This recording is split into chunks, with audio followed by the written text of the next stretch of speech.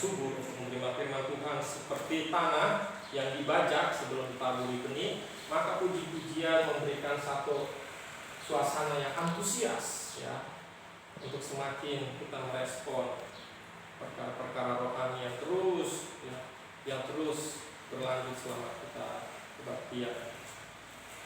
Kita akan membuka kebenaran firman Tuhan dari Matius pasal 5 mengenai khotbah di bukit. Kita akan membaca 3 ayat, Matius pasal 5 ayatnya yang pertama sampai yang ketiga ya, kita akan bergantian. Khotbah di bukit, ucapan berbahagia. Ketika Yesus melihat orang banyak itu, naiklah ia ke atas bukit, dan setelah ia duduk, datanglah murid-muridnya kepadanya.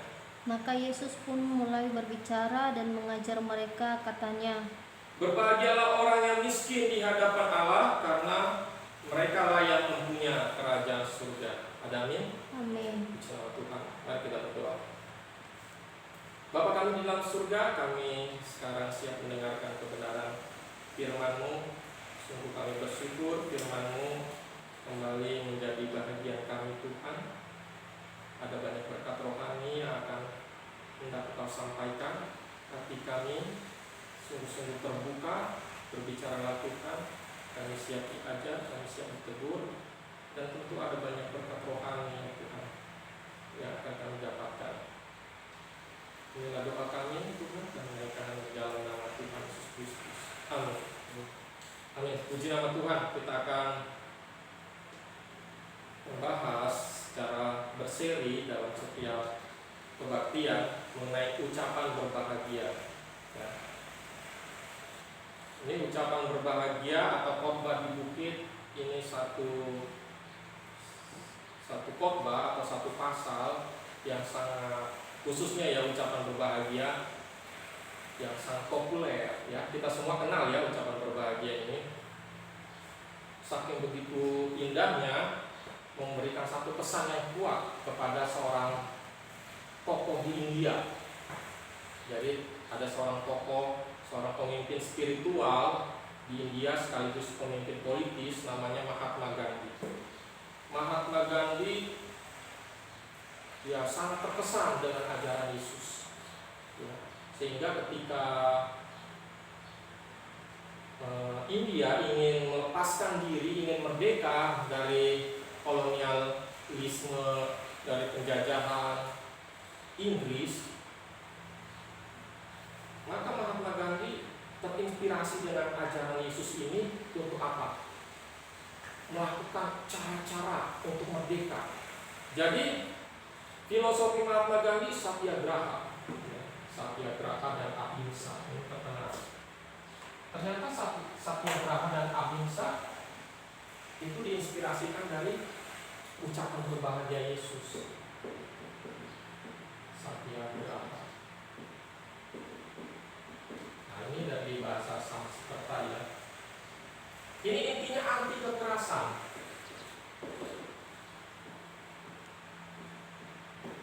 Karena dia terinspirasi dengan perkataan Yesus ini, ucapan berbahagia. Sehingga ketika Mahatma Gandhi melakukan ini, kemudian merdekalah India tanpa kekerasan. Demo, jadi semua demo.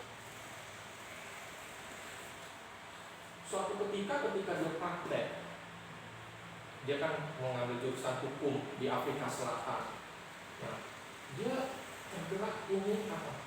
Menjadi Kristen, karena ingin ke gereja. Ketika dia ke gereja, waktu itu di Afrika Selatan menganut kebijakan apartheid, perbedaan warna kulit, ya, kulit hitam, ya minoritas, didiskriminasi, kulit putih lebih unggul. Ya. Nah, Mahatma Gandhi itu kulitnya kebetulan hitam, dia masuk ke gereja, terus penjaga gereja asalnya berkata begini, "Hai orang kafir." Wah, orang kafir. Kamu mau ngapain? Ya, saya mau ikut kebaktian. Ini gereja kulit putih katanya. Kalau gereja khusus untuk orang kulit berwarna, nah maksud kulit berwarna itu kulit hitam, karena dia kulit hitam. Nah, adanya di sebelah sana. Ya, kamu cepat pergi. Kalau tidak, kami akan melemparkan kau. Bayangkan, kasar sekali. Akhirnya, semenjak dari itu Mahatma Gandhi tidak lagi datang ke gereja, tapi dia sangat mengagumi Yesus. Seorang misionari bernama Stanley Jones bilang, kenapa kamu tidak sekalian jadi Kristen saja? Ya, tapi karena pengalaman itu dia berkata begini, I like your Christ. Saya suka dengan Kristusmu, tetapi I don't like your Christian. Tetapi saya tidak suka dengan orang-orang Kristen kamu. Karena orang-orang Kristen kok tidak menghidupi ajaran Yesus, mempraktekkan kasih. Di mana-mana Mahatma Gandhi bilang keindahan, kekuatan dari ajaran Kristen, ajaran Yesus adalah kasih. Tetapi I don't like your Christian. Saya tidak suka orang Kristenmu, karena orang Kristenmu tidak mempraktekkan hidup seperti Kristus. Dan dia menulis surat kepada salah satu pemimpin misi di Amerika, surat bahwa orang Kristen yang harus menghidupi hidup seperti Yesus. Orang Kristen saya akui sebagai salah satu guru terbesar. Dia sangat mencintai Yesus ya. Dan suratnya itu dilelang dan terjual. Sebuah surat terjual 688 juta ya. Jadi pada waktu itu 50.000 US dollar. Di kursnya pada waktu kurs zaman dulu ya 688 juta ya. Nah, jadi ucapan berbahagia atau ucapan kebahagiaan ini sangat berkesan di dalam diri Mahatma Gandhi, bahkan di dalam kehidupan banyak orang Kristen. Nah, kita akan belajar mengenai ucapan berbahagia, atau di dalam terjemahan bahasa Inggris ini sebenarnya bukan berbahagia ya, bukan happy, tapi apa? Blessed, diberkati ya. Karena dari bahasa Yunani makarios itu diberkati ya. Tapi memang ada pengertian sekundernya happy. Tapi maknanya sama ya. Orang yang di dalam Tuhan, kalau dia berbahagia, dia diberkati. Dan orang yang diberkati oleh Tuhan adalah orang yang berbahagia.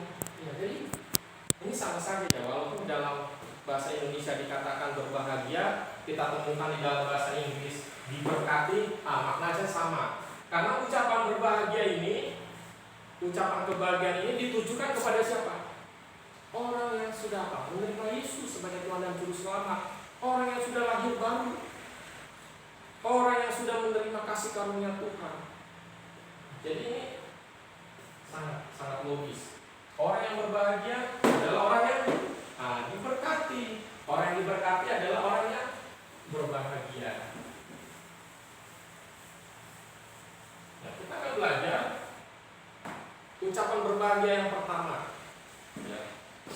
Di sini dikatakan ayat yang pertama, ketika Yesus melihat orang banyak itu, naiklah ia ke atas bukit, dan setelah ia duduk, datanglah murid-muridnya kepadanya. Nah, ini menunjukkan Yesus naik ke atas bukit. Dideskripsikan Yesus naik ke atas bukit. Nah, ini bukitnya di mana? Di Israel banyak bukit-bukit, gunung-gunung Sion ya, Bukit Nebo. Wah, Musa terkenal sekali. Musa di sana apa? Musa meninggal di Bukit Nebo. Di Bukit Sinai, Musa menerima 10 perintah. Terus di Gunung Gerizim, tempat berkat-berkat dicurahkan ya. Ada banyak di gunung-gunung Sion ya. Tapi ini ada di bukit yang tidak dikenal, dan Yesus mengajar di sana. Artinya Injil bisa diberitakan di mana saja. Di tempat-tempat yang sederhana, tempat-tempat yang tidak mewah, mungkin di pinggir jalan ketika kita bertemu dengan orang, di kos-kosan yang kecil ya.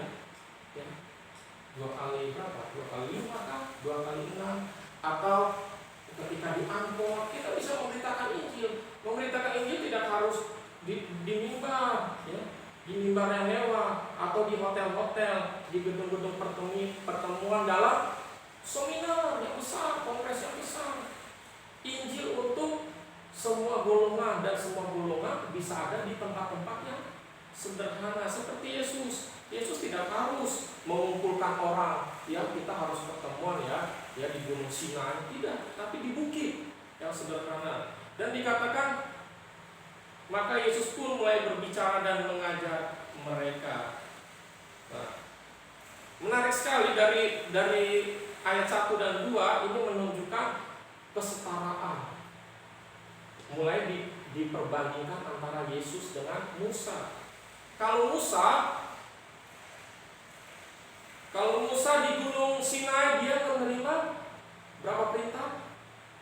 10 perintah Tuhan, dan dia menerima hukum Taurat lainnya. Tapi Yesus di bukit dia apa? Memberikan perintah Tuhan, memberikan firman Tuhan. Ya, puji nama Tuhan. Ini menunjukkan bahwa Yesus lebih unggul daripada Musa. Lebih unggul. Ketika Tuhan berbicara di Gunung Sinai, Tuhan berbicara melalui guntur, melalui kilat, ya. Dan orang-orang disuruh menjauh, kalau tidak bakal mati. Tapi dari ayat pertama, ya, Tuhan berbicara dalam suasana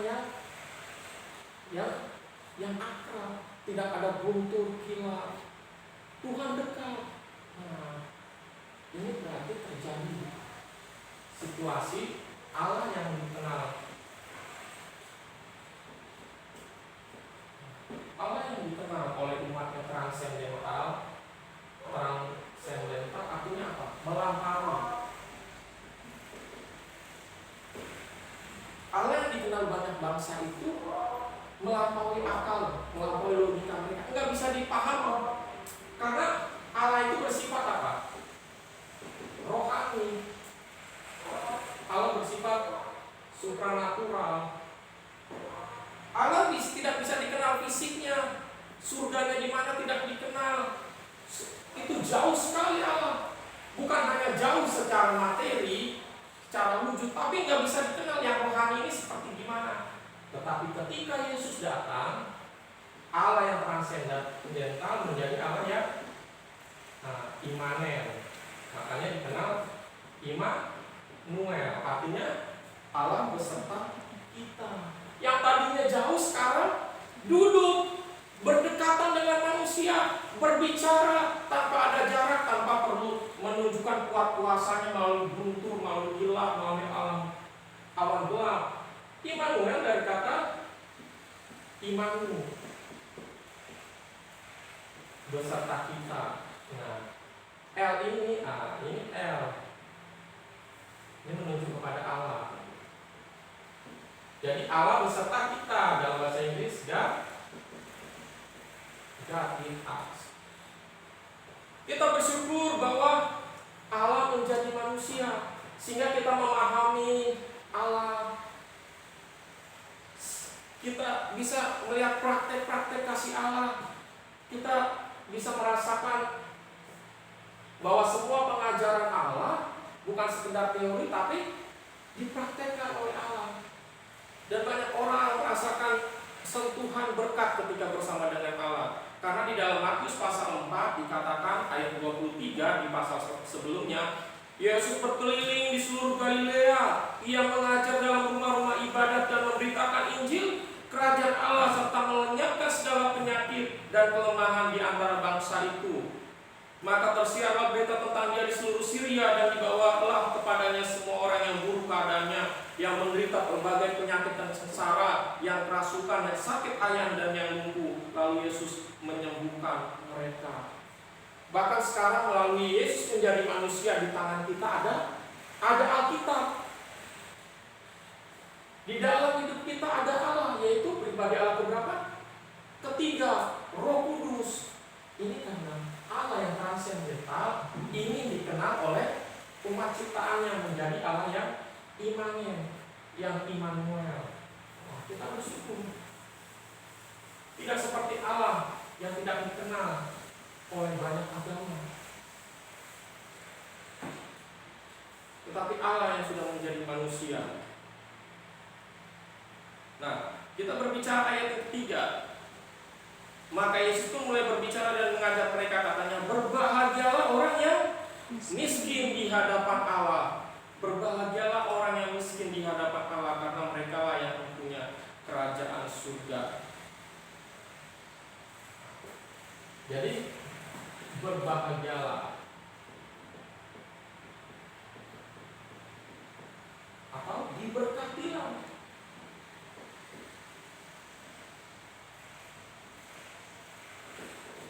Siapa yang diberkati? Orang yang miskin. Tapi yang miskin di hadapan Allah. Wah, ini tidak masuk logika oleh orang-orang dunia ini. Orang-orang dunia berkata yang berbahagialah orang yang miskin atau orang yang kaya. Yang berbahagia adalah orang yang kaya, orang yang banyak uang, orang yang terkenal, orang yang sukses. Mengapa berbahagia? Kalau kaya, kalau banyak uang, bisa jalan-jalan ke luar negeri, bisa makan enak, bisa beli ini, mobil mewah, rumah mewah, tinggal di perumahan yang mewah, ya. Semuanya menghormati. Semuanya menghormati.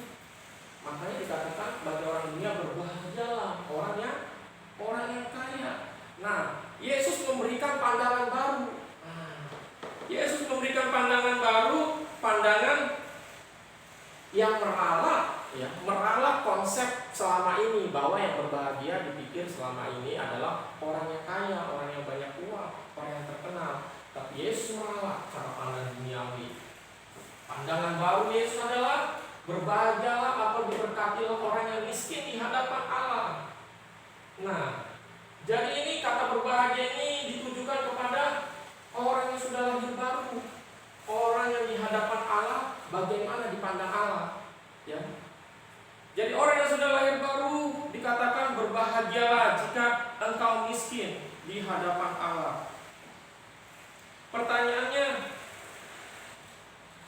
siapakah yang berbahagia dan apakah kebahagiaan jika orang miskin di hadapan Allah? Kita akan belajar poin pertama.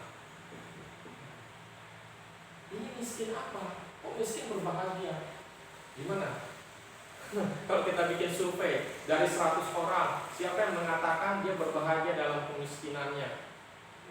Mungkin 90% orang berkata mereka tidak berbahagia, ya. Apalagi di masa-masa sulit, ekonomi lesu, ya, di masa karantina, di masa banyak PHK karena virus corona. Bagaimana bisa kami sedang mengalami kesusahan, kemiskinan, tidak dapat pekerjaan, kok bisa dikatakan berbahagia? Tapi inilah kabar baik bagi kita. Orang yang miskin di hadapan Allah, pertama adalah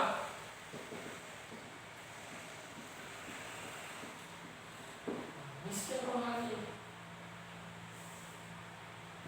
Orang yang miskin di hadapan Allah di sini maksudnya miskin rohani. Mereka tidak bisa memenuhi kebutuhan rohaninya sendiri. Mereka membutuhkan, ya. Orang yang miskin rohani tidak mampu memenuhi kebutuhan rohaninya sendiri. Mereka membutuhkan kasih karunia Tuhan.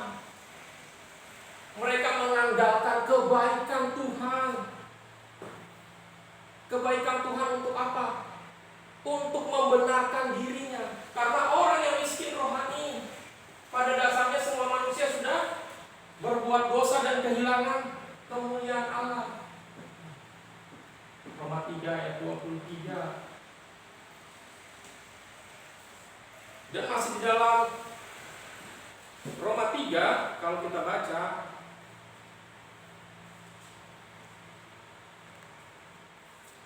Roma 3 ayatnya ke-10, seperti ada tertulis, tidak ada yang benar, seorang pun tidak. Ayat 12. Semua orang telah menyeleweng, mereka semua tidak berguna.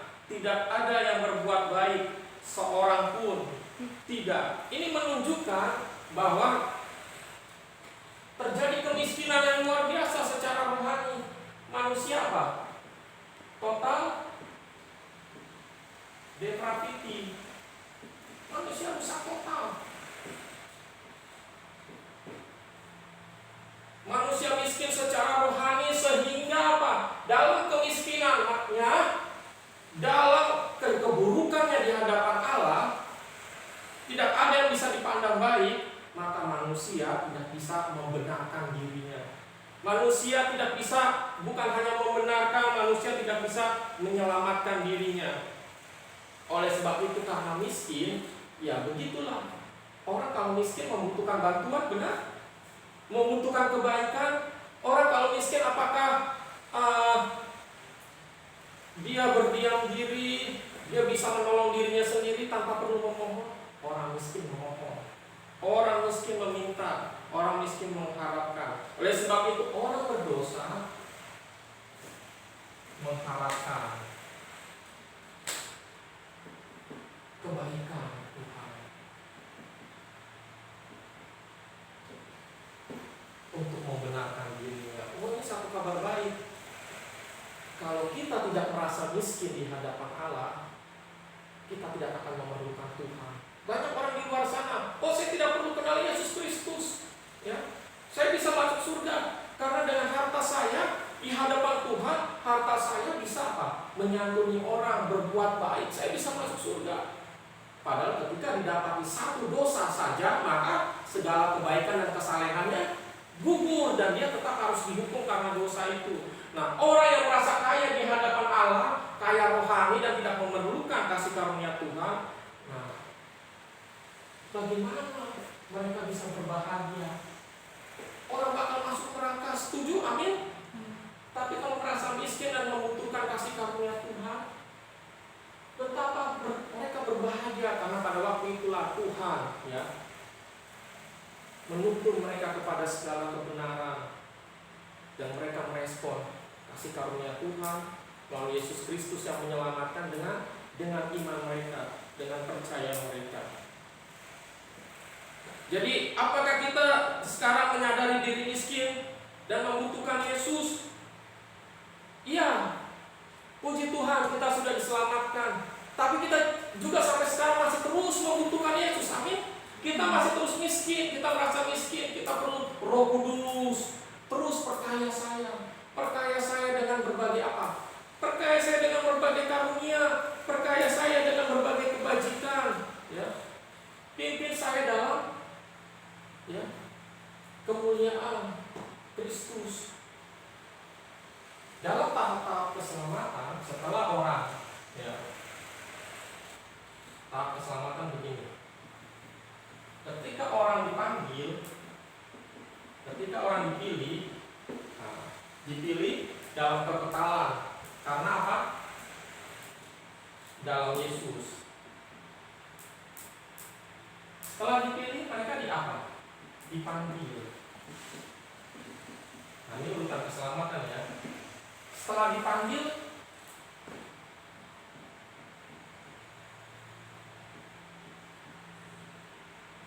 mereka merespon, bertobat dan percaya. Setelah bertobat dan percaya, apa yang terjadi? Nah,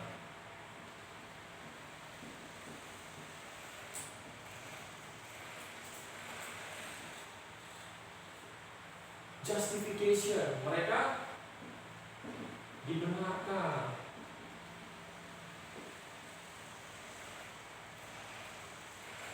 Dibenarkan, setelah dibenarkan, mereka lahir baru. Tapi belum selesai. Orang yang lahir baru namanya lahir. Ini kan berbicara anak, ya. Tapi kan bukan anak biologis, lahir dari roh. Kita anak angkat. Makanya kita adoption, mengangkat anak-anak.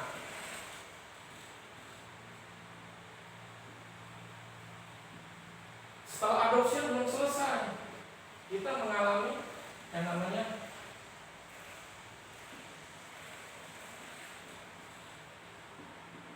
pengudusan. Perhatikan, ini waktu di sini kita menunjukkan bahwa adalah kita orang yang miskin di hadapan Allah, miskin rohani, sehingga kita perlu yang kasih karunia Tuhan menyelamatkan kita, dan kita akhirnya dipanggil melalui apa? Injil. Amin. Kita dipanggil melalui Injil. Nah, sebagai orang yang membutuhkan kasih karunia Tuhan untuk dibenarkan, disinilah kita merespon conversion. Conversion artinya apa? Berubah dari yang dulu, yang lama menjadi yang baru. Dengan apa? Bertobat dan percaya. Berbahagialah karena kita dibenarkan. Di sini sudah jadi warga negara kerajaan Allah gak? Sudah, makanya berbahagia. Ini jaminan masuk surga, amin. Jaminan masuk surga. Tapi kita, apakah kita sudah puas diri? Perhatikan, di sini kita masih berusaha memohon, ya memohon, meminta. Makanya kita berdoa setiap hari, meminta agar Tuhan menguduskan kita setiap hari. Ketika kita dikuduskan, kita berikutnya akan glorification, pemuliaan.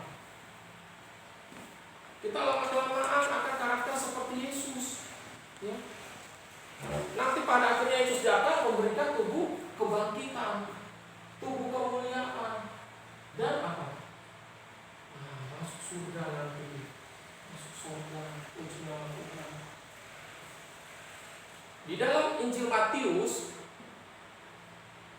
lebih banyak memakai kata kerajaan sorga daripada kerajaan Allah. Di Injil Markus, Lukas, Yohanes tidak ada perkataan kerajaan sorga.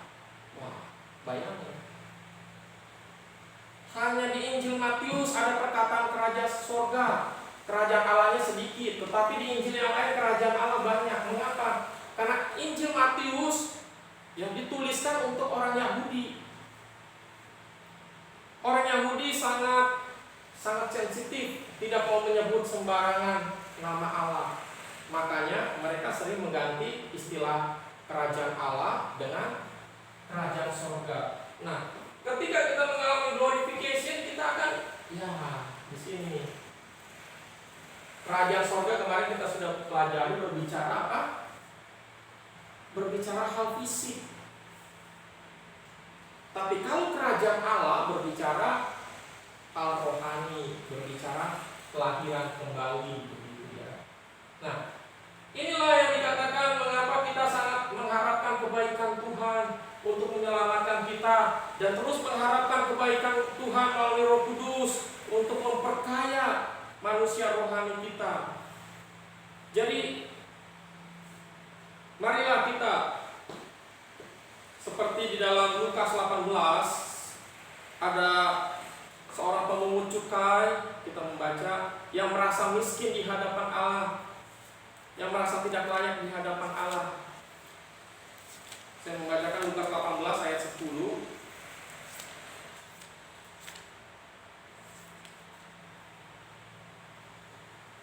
Ayat 10 sampai 14. Ada dua orang pergi ke bait Allah untuk berdoa, yang seorang adalah Farisi dan yang lain pemungut cukai. Orang Farisi itu berdiri dan berdoa dalam hatinya begini, "Ya Allah, aku mengucap syukur kepadamu karena aku tidak sama seperti semua orang lain, bukan perampok, bukan orang lalim, bukan penzina, dan bukan seperti pemungut cukai." Wah, ini merasa dia apa? Merasa dia kaya, ya. Dia merasa sudah layak begitu ya. "Aku berpuasa 2 kali seminggu, aku memberikan 1/10 dari segala penghasilanku." Ayat 13.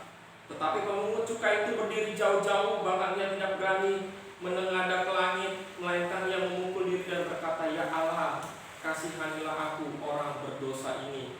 Ayat terakhir, "Aku berkata kepadamu," pemungut cukai ini, orang ini pulang ke rumahnya sebagai apa? orang yang dibenarkan Allah dan orang yang lain itu tidak. Sebab barang siapa meninggikan diri, ia akan direndahkan, dan barang siapa merendahkan diri, ia akan ditinggikan.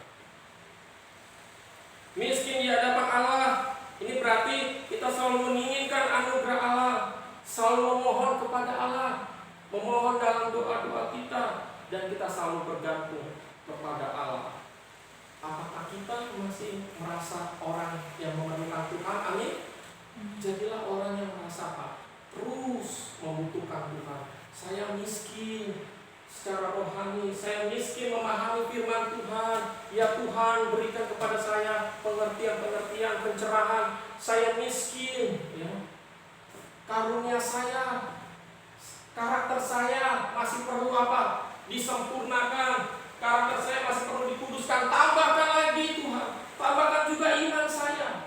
Nah, kita merasa miskin karena orang yang rendah hati di sini dikatakan akan ditinggikan. Tetapi orang yang meninggikan diri akan direndahkan. Ketika kita ditinggikan, bukankah ini konsep baru yang diajarkan Yesus?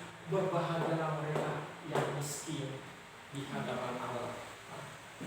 Oke, ini baru poin pertama. Pemulihan itu apa? Ya? Pemulihan gimana? Bahasa Inggris Mana? pemulihan. Pemuliaan, Oh ya, pemuliaan. glorification. Iya, iya, soal tulisan saya keren. Tulisan istri saya lebih bagus. Pemuliaan, nanti dalam pemuliaan ya.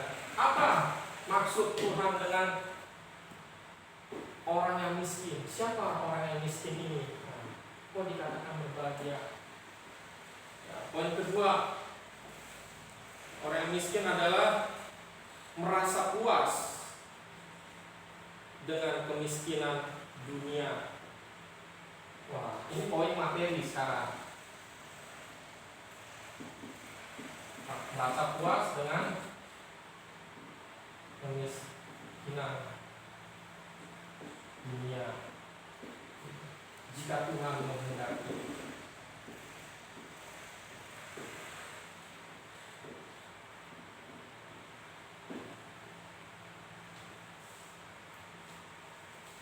Jadi jika memang kondisi memang sulit, kita mengalami kekurangan, kita harus sabar. Orang yang di dalam Tuhan, orang yang di dalam yang sudah lahir baru, ketika mengalami kesulitan harus sabar, harus tetap nyaman. Nyamanlah jiwaku, walaupun ya lembu sapi tak ada, pohon ara tak berbuah, pohon zaitun mengecewakan, tetap harus puas. Bisa gak dan ya? Serius. Misalkan gimana?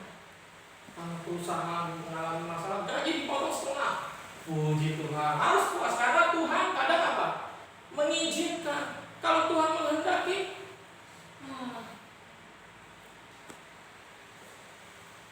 mengenai kemiskinan dan mengenai kekayaan, ini materi muncul dua teologia. Teologia kemakmuran. Nah, ini PS ya. Teologi kemiskinan. Nah, ini kita jangan jatuh ke salah satu ekstrem ini. Teologi kemakmuran berkata, ya kamu harus kaya. Nah, ini kamu harus sehat, health, dan kamu harus sukses atau berhasil. Kenapa harus begitu? Karena Allah kita adalah Allah yang maha kaya, pencipta langit dan bumi, maka anak-anaknya adalah ahli waris kerajaan surga harus kaya. Allah kita Allah yang maha kuasa, maha kuat, perkasa, anak-anaknya harus sehat. Ya ampun. Ya. Mereka sebut ini teologi anak raja. Dan ujung-ujungnya kalau dalam khotbah selalu berbicara tentang uang, tentang persepuluhan, tentang persembahan, tentang ya janji iman, tentang buah sulung, segala macam ujung-ujungnya uang. Bagi mereka kalau kena pisau operasi, kalau sakit, kalau miskin, ada kutuk, ada dosa. Jadi orang yang di hadapan Allah katanya harus kaya, tetapi ada muncul ekstrim berikutnya yang berseberangan, teologi kemiskinan. Katanya orang Kristen itu harus mencari lebih dahulu kerajaan Allah dan kebenarannya. Patokan mereka mencari kerajaan Allah dan kebenarannya, Matius 6 ayat 33. Mereka apa? Mereka sengaja membuang jauh-jauh, berusaha membuang jauh-jauh keinginan untuk dapat uang dan mengupayakan yang namanya penyangkalan diri. Makanya penganut teologi kemiskinan jadi apa? Jadi pertapa, tinggal di biara, bertapa di dalam gunung. Pada zaman Yesus ada muncul kelompok Eseni. Kelompok Eseni ini menyingkir dari keramaian, tinggal di gunung, berpakaian sederhana, makan sederhana, bertapa, ya, tidak mencari kemuliaan. Bagi mereka kalau yang namanya uang, materi, itu kejahatan. Siapapun yang memiliki teologi kemiskinan, kalau pegang uang, suka uang, itu namanya kejahatan, itu dosa, dan itu akan dikutuk Tuhan katanya. Kita tidak memakai teologi kemakmuran atau teologi kemiskinan. Kita pengajaran tentang yang alkitabiah. Ada yang berkata, teologi salib atau teologi keseimbangan. Tidak ada di sini, tidak ada di sini. Orang kaya, orang dalam Tuhan bisa kaya, bisa miskin. Teologi kemakmuran menunjuk Abraham kaya, Ishak kaya. Dia tunjuk Ayub kaya, tapi dia lupa Ayub juga bisa jadi miskin, gagal. Tesis mereka teologi kemakmuran. Nah, teologi kemiskinan nggak kalah ngaco lagi. Padahal dengan uang, ya, Paulus bekerja untuk mencukupi dirinya. Berarti Paulus pegang uang, simpan uang. Kata teologi kemiskinan itu apa? Itu dosa, itu kejahatan. Nah, ini nggak alkitabiah ya. Tetapi kalau kita diizinkan Tuhan miskin, diizinkan, kita harus bersyukur, kita harus puas, kita harus mengalami damai sejahtera. Kenapa Tuhan izinkan? Ya, kalau masa corona seperti ini, Tuhan izinkan corona. Semua sepengetahuan Tuhan, bahkan rambut di atas kepala kita tidak bisa jatuh tanpa apa? Sepengetahuan Tuhan. Jadi corona ini sepengetahuan Tuhan, Tuhan izinkan. Kalau Tuhan izinkan dan ada dampak, ya, gaji orang mungkin dipotong, atau dia di PHK, kontraknya tidak diperpanjang, ya. Terus bagaimana? Ya, akhirnya mengandalkan sembako, bantuan, itu pun nggak dapat. Itu harus bagaimana? Apakah bersungut-sungut? Tidak, harus merasa puas. Dan orang yang miskin secara materi tapi puas, jika Tuhan menghendaki, itu adalah orang yang berbahagia. Kenapa kok Pak Lambo bisa dikatakan kalau miskin tapi merasa puas, dia bisa berbahagia? Nah, karena kadang kemiskinan diizinkan Tuhan agar hati nurani kita tetap terpelihara. Bagus gak? Daripada kita berlimpah harta tapi kita menjadi orang yang jahat, ya,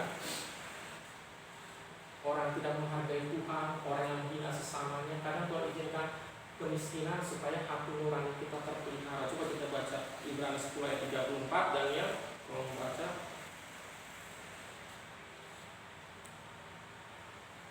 Ibrani 10 ayat 34. Memang kamu telah turut mengambil bagian dalam penderitaan orang-orang, hukuman, dan ketika harta kamu dirampas, kamu menerima hal itu dengan sukacita, sebab kamu tahu bahwa kamu memiliki harta yang lebih baik dan yang lebih menetap sifatnya. Nah, jadi ketidakterikatan kepada harta jasmani walaupun dirampas, walaupun kehilangan, tetap apa? Ayat terakhir, kalimat terakhir apa? Harta yang lebih baik. harta yang lebih baik. Artinya apa? Hati nuraninya tetap terpelihara. Tuhan izinkan agar hati nurani tetap terpelihara, agar kita yang sudah lahir baru tidak terikat dengan dunia ini, tidak terikat dengan materi. Kita harus tahu, ada saatnya kita kaya, diberkati Tuhan, puji Tuhan. Ada saatnya kita miskin.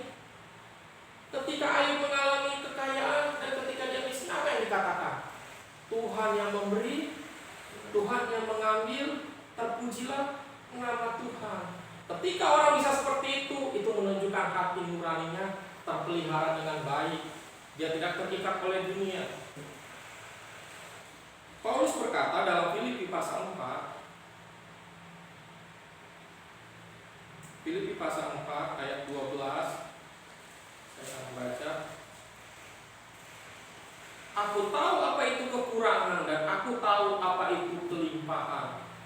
Dalam segala hal dan dalam segala perkara tidak ada sesuatu yang merupakan rahasia bagiku, baik dalam hal kenyang maupun dalam hal kelaparan, baik dalam hal kelimpahan maupun dalam hal kekurangan. Orang Kristen harus siap kalau saatnya diberkati, ada saatnya apa? Kita juga mengalami masa-masa sulit. Harus siap. Aku tahu apa itu kelimpahan, aku tahu apa itu kekurangan. Bahkan penulis Amsal yang adalah Salomo dalam Amsal 30, ya, saya akan bacakan ayat 7 dan ayat 7 ya sampai 9. Dua hal aku mohon kepadamu, jangan itu kau tolak sebelum aku mati, yakni jauhkanlah daripadaku kecurangan dan kebohongan. Jangan berikan kepadaku kemiskinan atau kekayaan. Biarkanlah aku menikmati makanan yang menjadi bagianku, supaya kalau aku kenyang, aku tidak menyangkalmu dan berkata, siapa Tuhan itu? Atau kalau aku miskin, aku mencuri dan mencemarkan nama Allahku. Nah, jadi biarlah apa yang menjadi bagian kita. Kalau Tuhan memberikan yang menjadi bagian kita pada saat hari itu, apa? Ya kita apa? Kita terima. Tuhan yang memberi, Tuhan yang mengambil. Karena kalau kita tidak siap, ketika kita diberi kelimpahan, ini seperti apa yang ditulis Amsal. Kalau aku kenyang, aku menyangkalmu. Kalau tidak siap dengan kemiskinan, kalau aku miskin, aku mencuri dan mencemarkan nama Tuhan. Jadi orang yang miskin adalah pengertiannya miskin secara dunia, tetapi tetap nyaman, tetap puas, tidak bersungut-sungut, tidak menggerutu, tetap damai sejahtera. Karena itu yang Tuhan kehendaki. Tuhan izinkan untuk menguji kualitas hati nurani kita. Kenapa disebut berbahagia? Hati nurani kita apa? Terlatih. Hati nurani kita yang baik terus terpelihara. Puji nama Tuhan. Sebelum Tuhan mengangkat Daniel, Tuhan mengangkat saya, Tuhan mengangkat istri saya, keluarga kami, kalau hati kita tidak siap, bahaya. Ini seperti yang dikatakan pemazmur ini, aku akan menyangkal engkau. Banyak orang ketika kaya dulu, ketika tidak ada pekerjaan, ya, membakti dalam doa, ya, biar ada kebaktian, rajin main. Ketika sudah kaya, pekerjaan banyak, enggak ikut kebaktian, melupakan Tuhan. Ketika lagi ada waktunya kosong bisa kebaktian, aduh, selama ini saya nggak sempat istirahat, nggak sempat jalan-jalan, jalan-jalan. Ya. Berarti hatinya tidak terpelihara dengan baik. Ya. Poin ketiga, mengapa dikatakan berbahagia? Siapa yang berbahagia? Ya, saya selesaikan dalam 5 menit terakhir. Orang yang miskin di hadapan Allah adalah orang yang miskin di sini berpikir sederhana.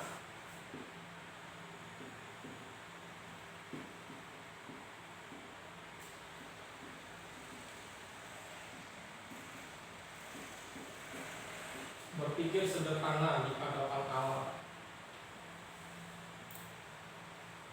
Jadi orang yang berpikir sederhana, orang yang rendah hati, Dia menyangkal diri di hadapan Tuhan, menganggap dirinya lemah, bodoh, tak berarti. Nah, ketika Paulus dia pribadi yang luar biasa, kaya dalam hal rohani, memiliki keunggulan dalam karunia, kasih dan anugerah Tuhan, namun dia merasa dia tidak siapa-siapa. Nah, ini menunjukkan bahwa kita jangan sombong, tapi harus berpikir sederhana di hadapan Tuhan. Coba kita buka 1 Korintus 15, saya minta tolong istri saya. 1 Korintus 15 ayat 9 dan 10.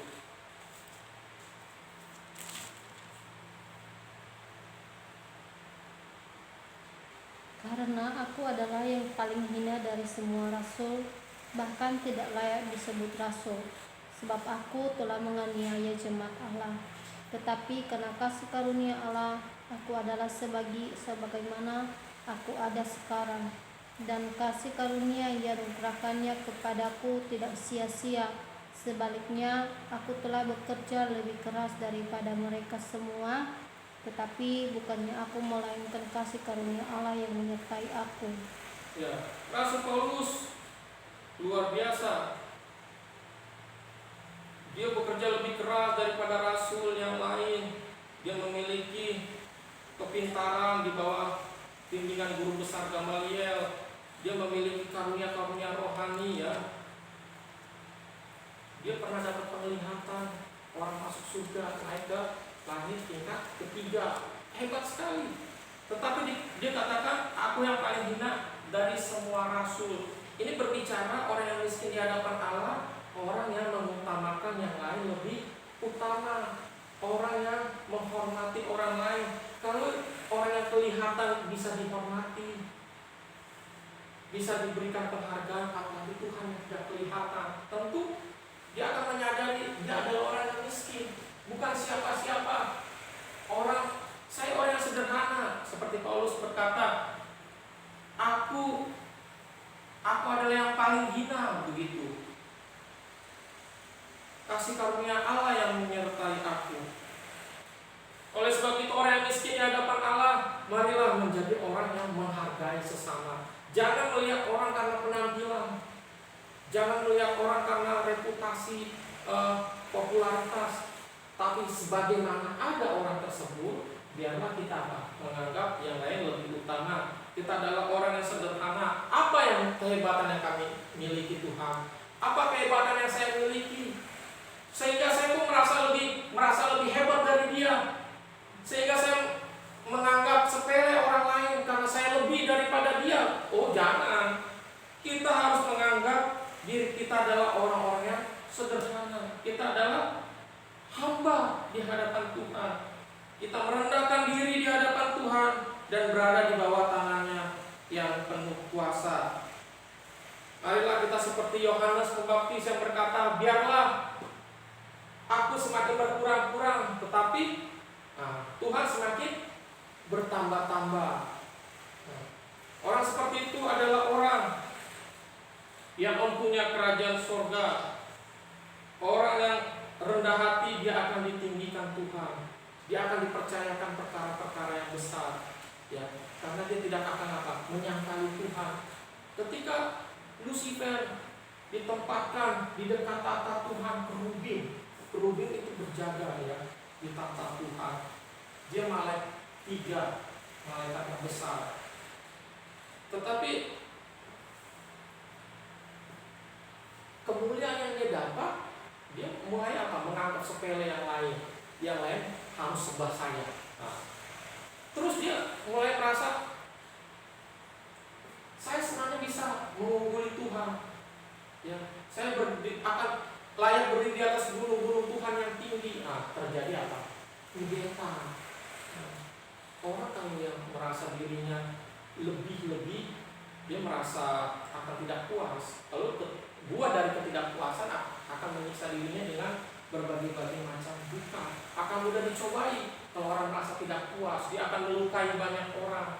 Tetapi kalau orang yang rendah hati, kita lihat orang-orang yang rendah hati seperti Yusuf, ya, yang luar biasa menafsirkan mimpi, tetapi dia tetap rendah hati. Walaupun dia bisa menafsirkan mimpi Firaun, tapi dia tidak berkata, pilihlah aku. Ya. Tetapi dia berkata, ya Tuanku, pilihlah orang yang bijaksana untuk bisa mengatur ya pada masa kelimpahan Mesir. Dia tidak bilang begini, saya lebih cocok. Nggak ada kita temukan begitu. Tapi akhirnya Tuhan mengangkat dia. Yang membedakan dia dengan Firaun katanya hanya apa? Hanya cincin, hanya tahta dan ada cincin di sini menunjukkan statusnya. Dipermuliakan.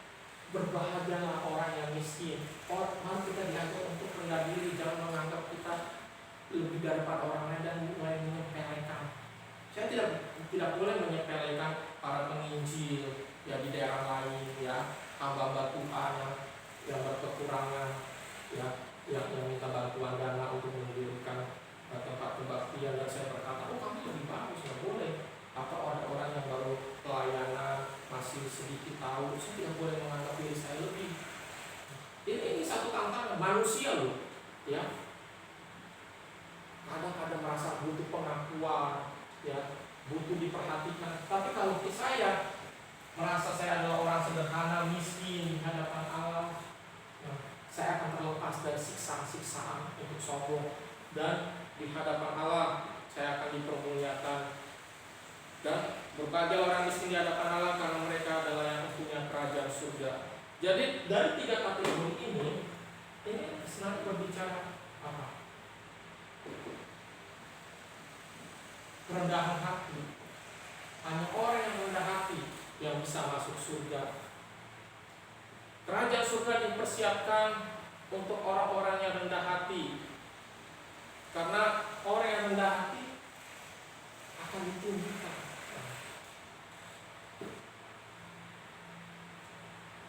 Jadi apakah orang kaya bisa juga berbuat banyak untuk Tuhan? Bisa. Tapi ketika dia kaya, dia tetap harus seperti ini, membutuhkan Tuhan untuk kerohaniannya. Dan ketika dia miskin, dia tetap tidak menyangkal Tuhan. Dan ketika walaupun dia kaya, dia tetap menghormati Tuhan. Dan mereka lah yang mempunyai kerajaan surga. Karena surga disediakan untuk orang-orang yang rendah hati, yang mempermuliakan Tuhan, bukan mempermuliakan dirinya sendiri. Mari kita berdoa. Bapa kami di dalam surga, kami mengucap syukur untuk kebenaran yang boleh kami dengar. Sungguh kami adalah orang miskin jika dibandingkan dengan kekayaan, dengan kemuliaan, dengan kebesaran, dengan Engkau Tuhan. Kami bukan siapa-siapa, Engkau sudah menyelamatkan kami dan terus menuntun kami sampai sekarang Tuhan. Terus menguduskan kami, terus menaikkan derajat kekudusan kami, sehingga kami pada nanti akan dipermuliakan. Kami bersyukur Tuhan, dengan pengajaran ini menjaga hati kami agar senantiasa berkenan di hadapan-Mu. Karena Tuhan menghendaki orang-orang yang rendah hati untuk mengisi kerajaan-Mu. Biarlah kali kedatangan yang kedua Engkau mendapati kami semakin mulia, semakin berkenan di hadapan-Mu. Tuntun kami sepanjang perjalanan kehidupan kami, agar dalam setiap ujian kehidupan Engkau mendapati kami tetap kuat dan tetap menjalankan firman-Mu ini. Kami naikkan doa kami ya Tuhan, yang di dalam nama Tuhan Yesus Kristus. Amin. Puji nama Tuhan.